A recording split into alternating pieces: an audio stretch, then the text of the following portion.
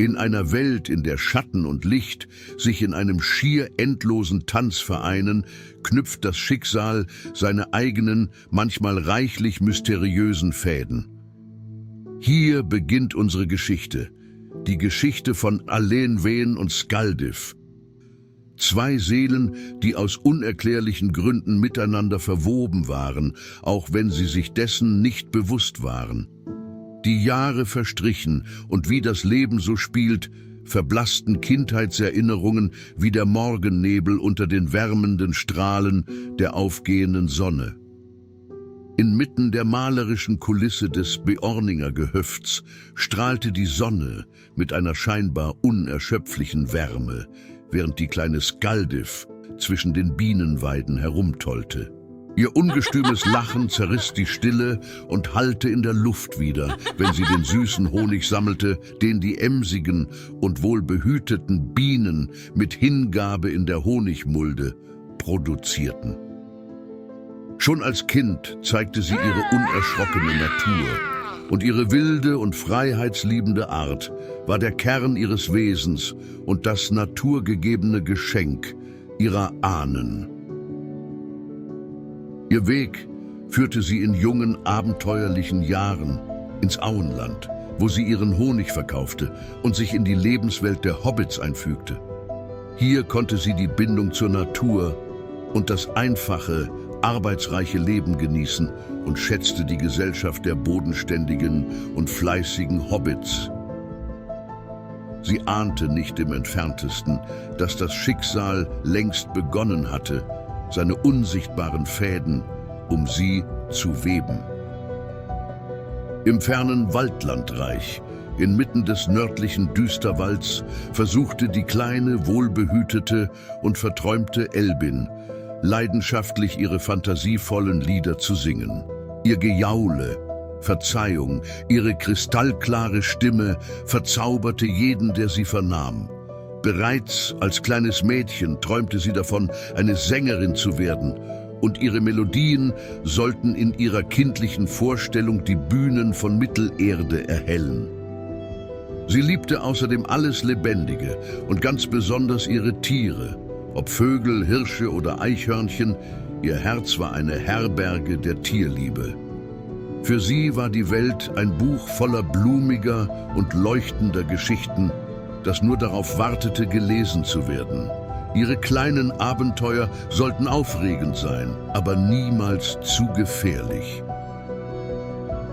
Und so verstrichen die Jahre für die beiden.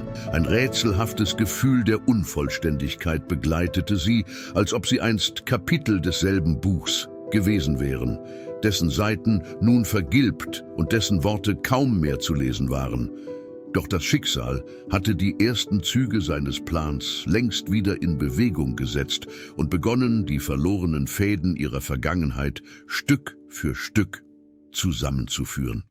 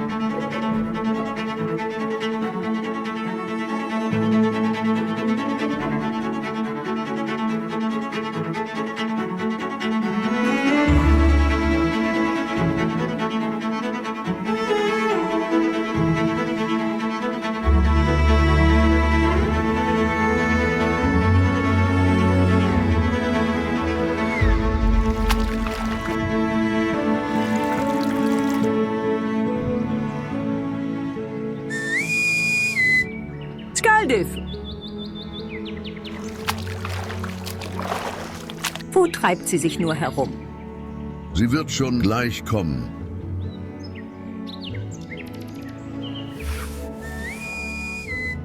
Essen ist fertig. Boah. Bin gleich da. Bis später, mein Schatz. Genießt euer Mahl. Das werden wir.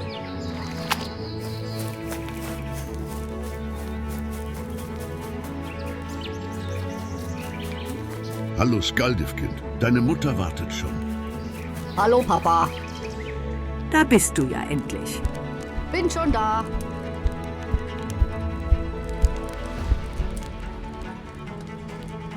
Setz dich, Kind. Was gibt's denn Leckeres? Schmorgemüse und Pilze. Bäh, kein Honigkuchen? Erst zum Nachtisch. Ohne Gemüse kein Nachtisch, das weißt du ja. Das ist so gemein. Vom Gemüse bin ich dann schon so satt, dass gar nicht mehr viel Honigkuchen reinpasst. Und genau deswegen gilt diese Regel ja auch, Skaldif. Du bist eine schlaue Mama, weißt du das? Ja, das weiß ich. Und bestechlich bin ich auch nicht, nun iss.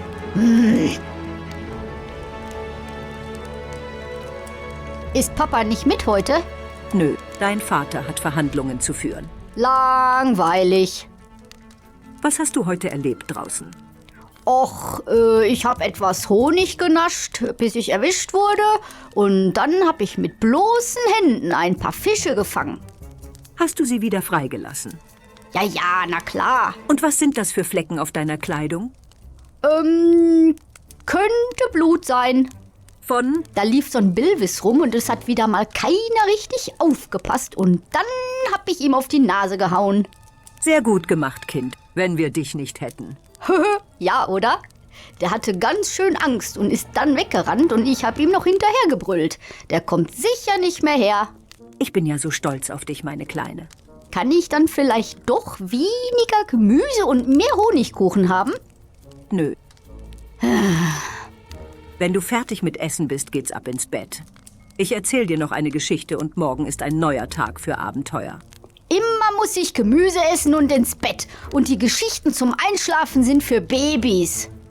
Du kannst gerne auch ohne Essen und Geschichte ins Bett gehen, Kind. Deine Entscheidung. Och, nö, Mama, das ist schon in Ordnung. Ich weiß ja, wie gern du die Gute-Nacht-Geschichten erzählst. Klug gedacht, mein schlaues Kind. Jetzt ist Zeit für die Geschichte. Danach ist Schlafenszeit. Also komm. Mist, jetzt habe ich mir meinen Nachtisch kaputt gequatscht. Tja.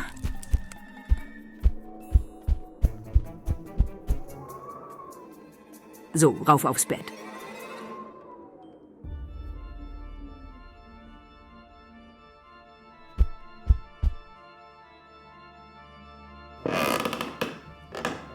Nun gut, eine Geschichte nicht für Babys. Lass mich überlegen. Au ja. In einem fernen Land voll schwarzer Schatten lebte ein Bär. Er war groß und schwarz und stark und über alle Maßen gefährlich. Das bin ich, ja, ja. Die Dunkelheit in diesem Land war so grauenvoll, dass kein Strauch und keine Blume, keine Biene und kein freundliches Wesen dort existieren konnte. Der Bär war furchtbar einsam dort, denn sein Herz war gütig und friedlich. Oje, keine Bienen? Eines Tages fand der Bär eine einzelne blühende Blume.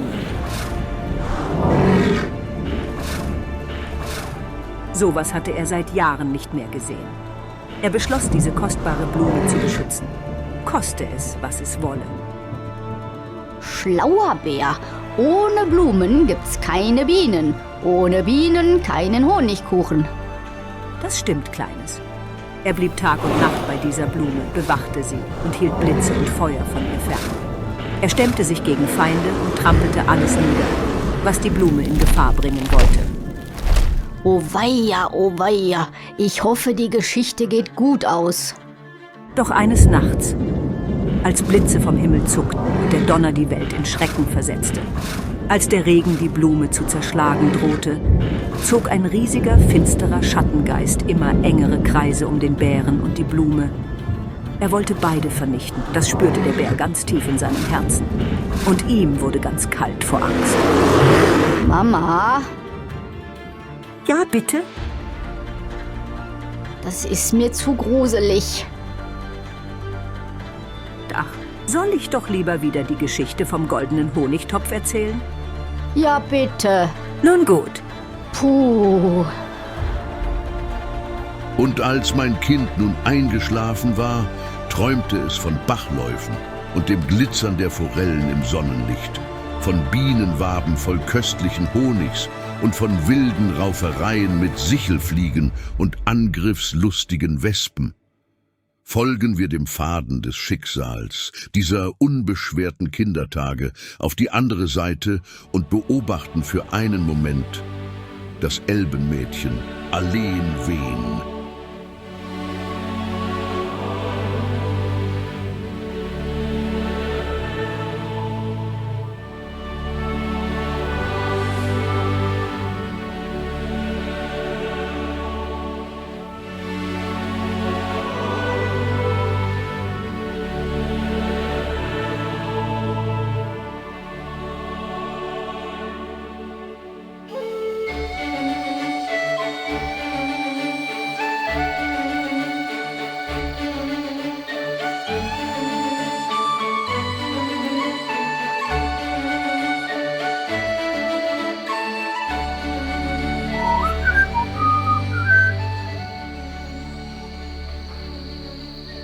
Wo treibt sie sich nur wieder herum? Sie wird schon gleich kommen.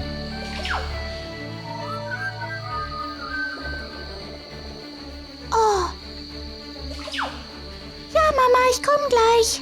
Genießt eure Köstlichkeiten. Danke, mein Liebling. Das werden wir.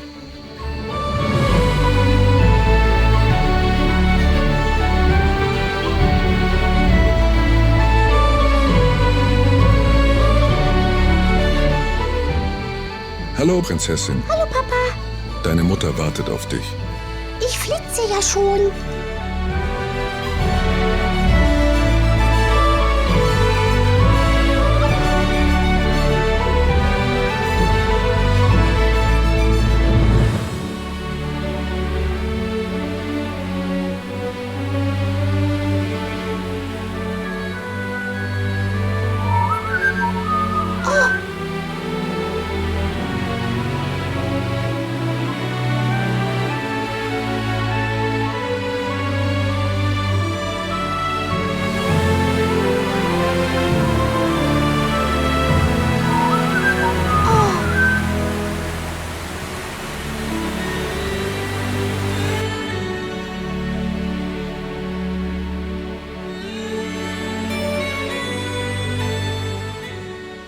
Wie schön, dass du da bist. Ist mir warm. Vielleicht hilft eine Abkühlung. Willst du einen Blaubeersaft? Oh ja. Hattest du einen schönen Tag, mein Kind? Oh ja, ich war fast den ganzen Tag draußen. Das war schön. Du weißt, dass du immer gut auf dich aufpassen sollst, ja? Natürlich, Mama. Ich bin nicht weit gelaufen. Ich habe nämlich ganz in der Nähe Tiere entdeckt und beobachtet. Wie entzückend. Hast du mal mit deinem Bogen geübt, damit du bald mit Papa deine erste Jagd erleben kannst? Wie? Bogen? Nein, Mama, das macht keinen Spaß. Die Lehrer sind so streng und ich kann doch nicht auf Tiere schießen. Ganz wie du magst, Lenchen. Du musst ja nicht. Aber singen habe ich geübt. Das war so schön. Die Lehrerin hat gesagt, aus mir wird mal eine große Sängerin. Wie schön. Das freut mich sehr, dass du daran so viel Freude findest, mein Lenchen. Aber das eine Lied, das ich üben sollte, fand ich blöd. Und dann habe ich einfach was anderes gesungen. Natürlich, Kind, wenn dir das besser gefiel. Und dann habe ich draußen noch Blumen gesammelt und einen Kranz geflochten. Dafür hast du ein ganz besonderes Talent. In der Tat. Ja, oder? Absolut, mein Kind. Die Blaubeerchen waren lecker. Jetzt bin ich richtig pappsatt. So soll's sein, mein Mädchen. Jetzt ist aber Schlafenszeit. Ich bring dich ins Bett und dann lass uns mal überlegen, welche Gute-Nacht-Geschichte ich dir gleich erzählen soll. Am liebsten die Geschichte vom goldenen Honigtopf, Mama. Natürlich, deine Lieblingsgeschichte.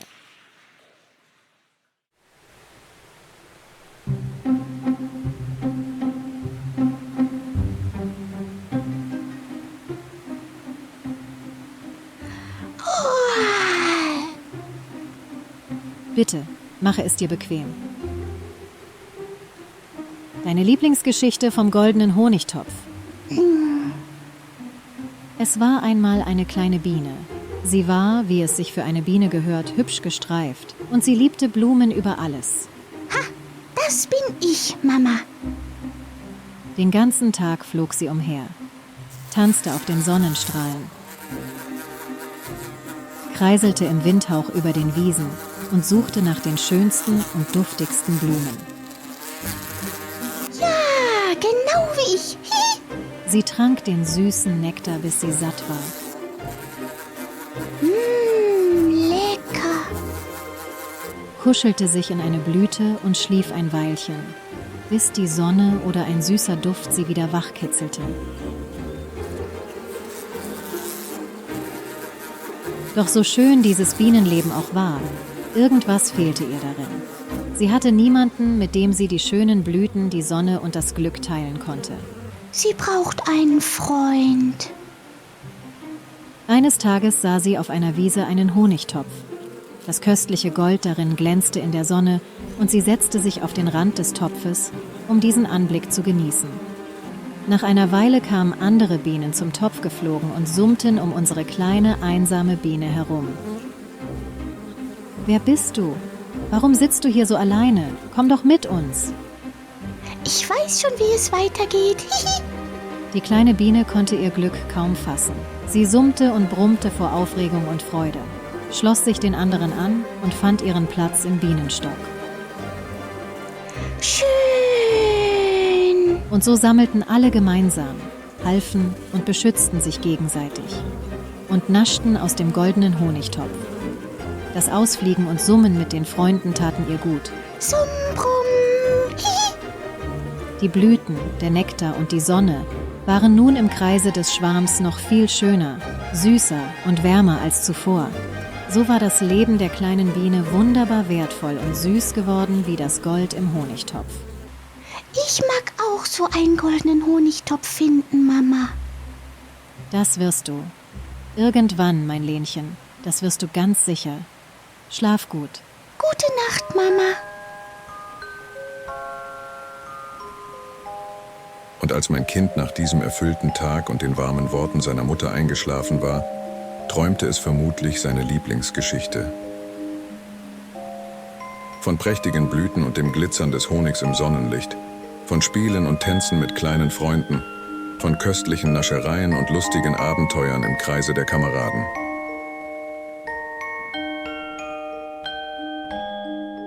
Liebe Bienchen, 1, 2, 3, kommt doch alle herbei. Lasst uns Blümchen sammeln gehen.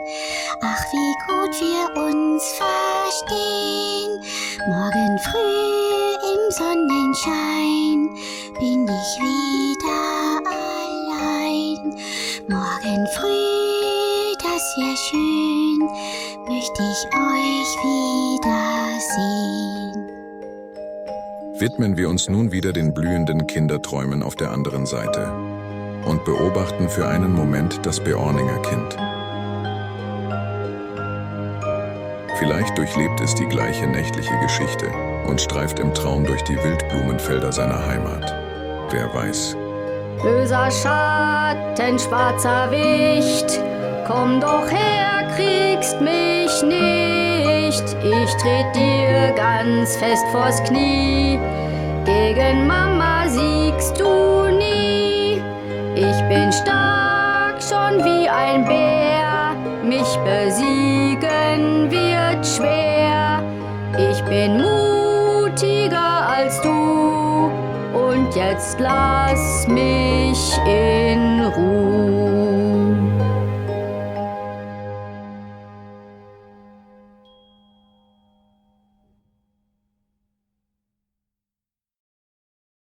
Für heute endet diese Episode aus dem Kinderleben von Aleen Ween und Skaldiv. Ich hoffe, dieser kleine Einblick wird für amüsant befunden. Bis bald. Amüsant. Weißt du, wie anstrengend es ist, dieses Kind zu erziehen? Ach nein, du bist ja ständig schwer beschäftigt, mein Lieber. So, die Arbeit ruft schon wieder nach mir. Gute Nacht allerseits. Du weißt doch gar nicht, wo jetzt gerade Nacht ist, wenn die Leute das hier ansehen. Aber gut, sichere Wege euch allen. Ich muss überlegen, wie ich ohne Mama an Honigkuchen komme. Verdammte Axt. So ein schöner Traum. Vielleicht wird er ja irgendwann mal wahr. Und so ein wundervolles Lied. Soll ich vielleicht noch etwas singen? Bloß nicht. Mach die bewegten Bilder mal aus jetzt. Tschö mit Ö. Skaldiff. Wiedersehen.